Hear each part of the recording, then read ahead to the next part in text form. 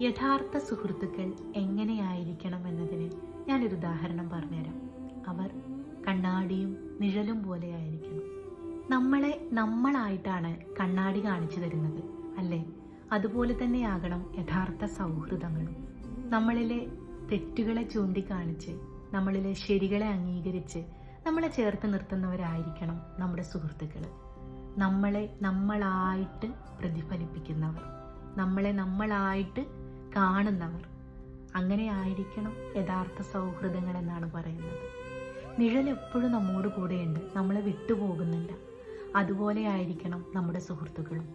നമ്മുടെ വിഷമങ്ങളിലും സന്തോഷങ്ങളിലും, നമ്മുടെ നല്ല സമയത്തും നമ്മുടെ മോശ സമയത്തും നമ്മളിങ്ങനെ മുറുക്കെ ഇങ്ങനെ ചേർത്ത് പിടിച്ച് ഇരിക്കുന്നവരായിരിക്കണം യഥാർത്ഥ സുഹൃത്തുക്കൾ എന്ന് പറയുന്നത്. നമ്മുടെ കൂടെ നിഴൽ പോലെ ഒരു സുഹൃത്തുണ്ടെങ്കിൽ ഒരിക്കലും അവർ നമ്മളെ വിട്ടുപോകില്ല. കണ്ണാടി പോലെ ഒരു സുഹൃത്തുണ്ടെങ്കിൽ ഒരിക്കലും അവർ നമ്മളോട് കള്ളം പറയില്ല. ഇങ്ങനെ ആയിരിക്കണം സൗഹൃദങ്ങൾ.